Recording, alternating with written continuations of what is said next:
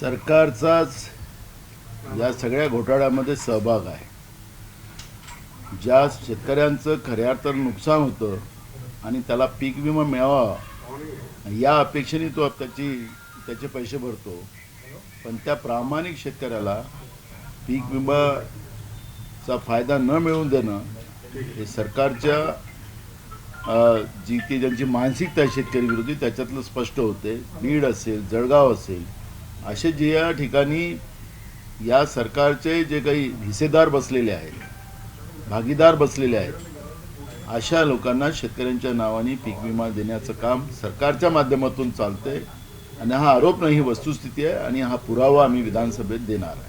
काय पुरावा आहे हो तुम्ही जे म्हणताय या पद्धतीने? कारण की खरं तर कृषी विभागानेच घोटाळा केला होता. म्हणून तुम्हाला सांगायचं की बीडमध्ये ज्या पद्धतीचा पीक विमा घोटाळा पुढे आला, काय सरकारने केलं? का लपवलं?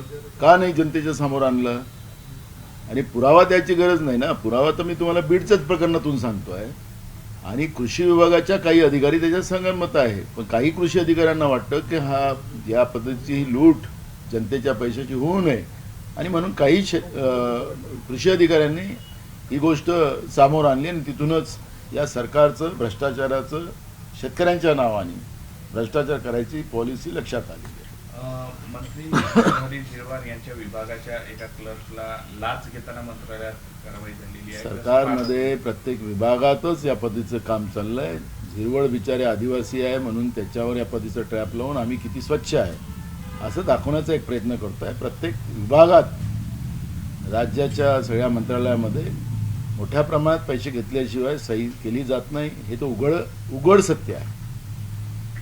चंद्रपुरात जे काही प्रकार घडला, काँग्रेसचा महापौर होऊ शकला नाही संख्याबळ असताना सुद्धा, उभाटाने हे केलं आणि पैसे घेऊन हे सगळं झालं तर आरोप प्रत्यारोप होता. संजय राऊतांना हे सगळं माहित होतं असाही आरोप जो आहे मनसेकडून केला. तर मला त्याच्यावरची काही प्रतिक्रिया आत्ता द्यायची नाही आहे मला. आणि याच्यावरची सगळी माहिती आमच्या हायकमांडपर्यंत पण गेलेली आहे आणि त्याच्यामुळे मी आता त्याच्यावरची कुठली चर्चा या ठिकाणी मला करावं असं वाटत नाही. ना मुंबईच्या राज्यामध्ये बांगलादेश आणि फेरीवलेसने यांच्याकडनं जे आहे ते अतिक्रमण केलं जातं आणि हा मुद्दा जे आहे ते किरीट सोमय्या वारंवार जे आहे ते लावून धरतात. किरीट सोमय्याच्या मुद्द्याला अगर तुम्ही प्राधान्य देत असाल तर तो तुमचा इश्यू आहे. ज्या पद्धतीनं अशोक चव्हाणवर भ्रष्टाचाराचे आरोप केले, त्याचे पुरावे दिले, तिथं गेला नांदेडमध्ये गेले, ते सांगितलं. अजित पवार आजाद नाहीत, हसन मुश्रीफ आहेत. हसन मुश्रीफच्या तिथं त्यांच्या इथं भ्रष्टाचार काय आहे, पण त्यांच्या वॉशिंग मशीनमध्ये गेल्यानंतर मग ते हा जो नावाचा जो तुम्ही व्यक्ती सांगितला किरीट सोमय्या, तो का चूप होतो?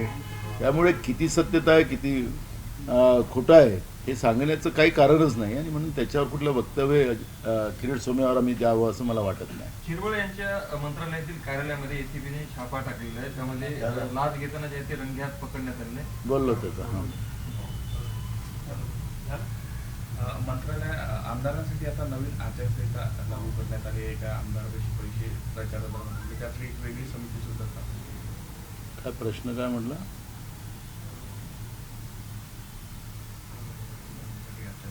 काल चंद्रपूरमध्ये काँग्रेसचा वाद तर आहे, मात्र भाजपा सुद्धा वाद पाहायला मिळाला. काल महापौर उपमहापौर पदग्रहण सोहळा होता, यामध्ये जोरगेवार समर्थक 16 नगरसेवकांनी त्यावर बहिष्कार टाकला. जोरगेवारांना निमंत्रण दिलं गेलं नसले त्यांनी आरोप केला. सुधीर मुनगंटीवार म्हणाले की गेले त्यांना जाऊ द्या. भाजपची काय स्थिती होणार आहे तर नुसतं चंद्रपूरच नाही तर राज्यातल्या प्रत्येक जिल्ह्यात असं चित्र तुम्हाला काही दिवसांना पाहायला मिळणारच आहे आणि देशातही तुम्हाला ही परिस्थिती पाहायला मिळणार आहे. ज्या पद्धतीनं प्रधानमंत्रीच लोकसभेमधून पळ काढतात आणि आपण पाहिलं असेल की आत्ता सोयाबीन शेतकऱ्यांचं आवाज मोठ्या प्रमाणात वाढू लागलेला आहे. 1,500 रुपयांनी सोयाबीनचे भाव पडलेले आहेत. करार होता. ज्या पद्धतीनं अमेरिकेने आपलं आता चित्र दाखवण्याचा प्रयत्न सुरू केलेला आहे आणि शेतकऱ्यांचंच मरण या मोदी आणि ट्रम्पच्या माध्यमातून जो करार झालेला आहे आणि त्याच्यामुळे अमेरिकेला जी बाजारपेठ आपली खुली करून देण्यात आलेली आहे त्याच्यावर कुठलंही टेरिफ लावलं जाणार नाही, अशा पद्धतीची जी स्थिती निर्माण केलेली आहे त्याच्यामुळे येणाऱ्या काळामध्ये देशातलीच परिस्थिती इतकी भयानक होणार आहे आणि भाजपचं सत्तेचं जे काही गाजर होतं कालपर्यंतचं ते आता प्रत्येक जिल्ह्यामध्ये त्याचं वातावरण त्या गाजराचं संपुष्टात येण्याचं काम सुरू होईल आणि नुसतं चंद्रपूरच नाही तर अनेक ठिकाणी यांनी भाजपनी जे काही बाहेरचे लोक जमा करून आपली सत्ता सजवण्याचा प्रयत्न केलेला होता तो प्रत्येक जिल्ह्यातच तुम्हाला पाहायला मिळणार आहे. आणि मी तुम्हाला सांगतो की चंद्रपूर हा एक आता सुरुवात आहे, शेवट अजून यांचा फार वाईट आहे. संजय राऊत यांनी असाही आरोप केलेला आहे की जी काही नोटबंदी झाली होती ती ट्रम्पच्या दबावाखाली मोदींनी केली असं म्हणतात. बिलकुल आहे. तर ट्रम्पच आपल्या देशाला चालवत आहे हे तर आपण आता उघड्या डोळ्यांनी बघतोय. त्याच्यामुळे संजय राऊतांनी जो काही आरोप केला असेल नोटबंदीच्या बद्दलचा तो स्वाभाविक आहे की त्यावेळेस सामोर नव्हता. आता ओपनली ट्रम्प आपल्या देशाला चालवताना आपण पाहतोय. आमदारांसाठी शासकीय दौऱ्यावर असताना आचारसंहिता लागू करण्यात आली आहे. धुळे येथे अंदाज समितीच्या दौरा होता त्यावेळेस पैसे मिळून आले त्यामुळे या सगळ्याची आचारसंहिता लावण्यात आली आहे आणि त्यासाठी भाजप आमदार चैनसुख संचेती यांच्या अध्यक्षतेखालीच 8 जणांची समिती नेमली आहे. त्यात अध्यक्ष मूळ प्रश्न आहे की हा वाद सत्ता पक्षाच्या आमदारातून निर्माण झालेला आहे. त्यामुळे खरं तर आम्ही त्याचं काही समर्थन करत नाही, पण भाजपच्या सत्तेमध्ये या पद्धतीचं जी घटना होणं, धुळ्यामध्ये घटना होणं आणि त्याच्यावर आचारसंहिता आता निर्माण करण्यासाठी कमिटी बनवणं म्हणजे एकीकडे भ्रष्टाचार करायचा आणि एकीकडे आचारसंहिता लावायची. निवडणुकामध्ये ज्या पद्धतीनं पैशाचं वाटप केलं जातो त्याच्यावरही आचारसंहिता आहे. त्याचं पालन का भाजप करत नाही. करोडो रुपये नगरपालिका, महानगरपालिका, नगरपंचायत, जिल्हा परिषद पंचायत समितीमध्ये प्रत्येक जिल्ह्यात भाजपने खर्च केले, पण त्याच्यावरही आचारसंहिता त्याचं पालन का करत नाही भाजप. ही जी समिती बनवली त्याचं आम्ही स्वागतच करू, काही त्याला विरोध करायचं कारण नाही.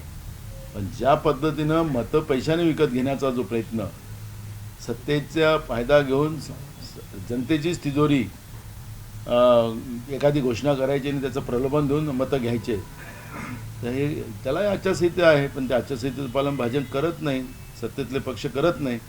त्यामुळे यावरही एक कमिटी बनवली पाहिजे सर्वपक्षीय. आणि निवडणूक आयोगाची तर आचारसंहिता आहे, पण आपली पण आचारसंहिता राज्यात करावी, कारण की हा शाहू आंबेडकरांचा महाराष्ट्र आहे आणि या महाराष्ट्रामध्ये पैसे वाटून निवडणुका केल्या जातात आणि त्याच्यामध्ये भाजप आणि भाजपचे सोबती ज्या पद्धतीनं नोट वाटून मतं घेण्याचा जो प्रयत्न करतात त्याच्यावरही एक आमदाराची समिती बनवली पाहिजे आणि एक आचारसंहिता महाराष्ट्रामध्ये निवडणूक आयोगाच्या पलीकडे जाऊन करावी अशी भूमिका आमची आहे. नाना, परभणीमध्ये जो मुस्लिम महापौर निवडल्या गेलेल्या त्यावरून जे भाजप असेल, शिंदेसेना असेल यांच्यावरून जे टीका केली जात आहे त्यावरून ठाकरे गटाचा खरा चेहरा समोर आल्याचं त्यांच्याकडून टीका केली. मला असं वाटतं की शिंदेसेना असो की भाजप असो हे जे टीका करतात आहेत, मग माझा सवाल असा आहे, आता आपण सलमान खानला बनवून टाकू ना, कारण की तो RSSमध्ये गेलेला होता, RSSच्या कार्यक्रमात उपस्थित होता. तर सलमान खानला बनवलं असतं तर यांच्या छातीला ठंडक पडली असती का. म्हणजे RSSच्या कार्यक्रमात गेला तो मुसलमान शुद्ध झाला आणि जो शिवसेनेमध्ये आहे तो मुसलमान तो अशुद्ध आहे, असं काय यांचं मत आहे का. आणि म्हणून एकदा आपलं मत स्पष्ट करावं. त्याच्यामुळे मी अनेकदा सांगितलं की तारे खान नागपूरचा भाजपचा मोठा पदाधिकारी आहे, त्याला मोठ्या पदावर बसवलेला आहे, मोठे ठेके त्याला दिलेले आहेत, त्याच्यावरची बिर्याणी BJPला आवडतं. आणि शिंदेसेनेने एखादा मुसलमान नेमला तर त्याच्यावर टीका करायची हिंदुत्वाच्या बद्दल. तर म्हणून दुसऱ्याकडे बोट दाखवण्यापेक्षा 4 बोटं भाजप आणि शिंदेसेनेकडे आहे हे त्यांनी पहिले लक्ष घातलं पाहिजे. शासकीय कार्यक्रमात गृह मंत्रालयाने जे काही आदेश जारी केले, प्रत्येक कार्यक्रमात सुरुवातीला 6 दिवस वंदे मातरमच्या बोलले गेले पाहिजे. त्याची सुरुवात काल नागपूरमध्ये मोहन भागवत यांच्या उपस्थितीत एका कार्यक्रमात झाली. 6 कडवे वंदे मातरमची सुरुवातीला जी आहे ती बोलण्यात आली. पशुवैद्यकीय महाविद्यालय. मला असं वाटतं की काय अदल बदल करायचा आहे. ज्यांनी राष्ट्रगानाचा विरोध केला त्यांनी सुरुवात केली, त्याचं चांगलं स्वागतच करू आपण. ज्यांनी तिरंग्याचा कधीच त्याला फडकवला नव्हता त्यांनी आता या राष्ट्रगानाला महत्त्व देत असतील, वंदे मातरमला महत्त्व देत असतील तर त्याचं स्वागतच केलं पाहिजे. पण मूळ प्रश्न आहे की नाविन्य काय, पहिले बोलायचं की नंतर बोलायचं. देशाच्या एकात्मतेचं काय? ज्या पद्धतीनं भारतीय जनता पार्टीच्या माध्यमातून देशामध्ये विभाजन करून तोडा फोडा आणि राज्य करा, जी इंग्रजाचं जी काही भूमिका होती तीच पालन आता RSS आणि भाजप करते आहे. त्याच्यावरही काहीतरी देशाच्या गृहमंत्र्यांनी काहीतरी नियम बनवला पाहिजे. राज्यसभा आणि विधान परिषदेच्या लवकरच जागा भरल्या जाणार आहे. त्यामध्ये कुठेतरी महाविकास आघाडीची परिस्थिती काय राहील? नाराज जे पदाधिकारी आहेत त्यांना कुठेतरी म्हणजे महायुतीतले नाराज लोकांना म्हणजे मतदानात पडणार म्हणून यासाठी प्रयत्न केले जातात. महाविकास आघाडीला फटका बसणार? आम्हाला कुठलाही फटका पडणार नाही आहे. आता आम्हाजवळ काही गमवायसाठी काहीच राहिलेलं नाही. आता गमवायचं जे आहे ते महायुतीलाच गमवायचं आहे. त्याच्यामुळे या सगळ्यांना कसं जोपायचं त्यांनी बघलं पाहिजे. घर फुटायला सुरुवात झालेली आहे महायुतीची. त्याच्यामुळे मला वाटतं की या जेव्हा विधान परिषद आणि राज्यसभेच्या निवडणुका येतील त्यावेळेस सगळ्यात मोठा घोळ महायुतीमध्येच आपल्याला पाहायला मिळणार आहे. शशिकांत शिंदेनी असा गौप्यस्फोट केला आहे की 12 तारखेला जे आहे सगळी राष्ट्रवादी एकत्र येण्यामध्ये नेतृत्व जे आहे ते अजितदादांकडेच जाणार होतं. हे असं एक तिकडे वक्तव्य, दुसरीकडे रोहित पवार वेगळे.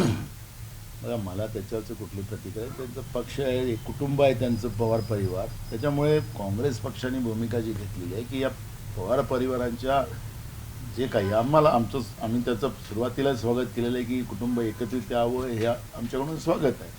त्यामुळे मला वाटतं की एकत्रीकरण होणं की नाही होणं त्या कुटुंबाला ठरवू द्या. बाहेरच्या लोकांनी ठरवायचं काही कारण नाही. एका लुगड्यावर बाई म्हातारी होत नाही असं शिंदे सेनेचे जे शंभूराज देसाई आहे यांनी भाजपला शब्दात डिवचलाय. कुठेतरी जिल्हा परिषद आणि या काही ठिकाणी झालेल्या वादामुळे हे असं डिवचलं. आपल्याला माहीत असेल की भाजपचे अनेक मंत्री साताऱ्यात गेले जिल्हा परिषद पंचायत समितीच्या निवडणुकीवर आणि त्याच्यामध्ये शंभूराजे यांना टार्गेट करण्याचं काम भाजपने केलं आणि आखाडा करण्याची भूमिका मांडली. गणेश नाईक भाजपचे मंत्री तिथं गेले, त्यांनी त्या पद्धतीचे चॅलेंज दिलं. अनेक मंत्र्यांनी चॅलेंज दिलं. त्यामुळे आता शंभूराजे जे काही बोलतात आहेत ते भाजपवरच बोलतात आहेत. त्यामुळे हे जे काही चाललेलं आहे, मी तुम्हाला मगाशीच इशारात केलेला आहे की या महायुतीमध्ये दिल्लीतला पोळा फुटला तर मग महाराष्ट्राच्या माहितीमध्ये काय होणार असं चित्र आतापासून सुरू झालेलं आहे. आणि म्हणून दिल्लीचा पोळा फुटायची परिस्थिती झालेली आहे आणि प्रधानमंत्री लोकसभेत न येता न बोलता ज्या पद्धतीने पळ काढतात आहे ही गोष्ट समजण्यासारखी आहे. अमेरिकेचा जे डील केली ते डील आहे आणि ते डील जे देऊन देशाला विकण्याचं काम केलं गेलं त्याचे परिणाम देश पातळीवर सर्वसामान्यामध्ये चाललेले आहेत. त्याचे परिणाम आता प्रत्येक राज्यामध्ये आपल्याला पाहायला मिळतात आहे. त्यामुळे तुम्हाला सांगतो की काही वेळाचं हे जे एका रात्रीत वाढलेली जी BJP आहे याचा डोलारा खाली पडेल अशी परिस्थिती आता निर्माण झाली.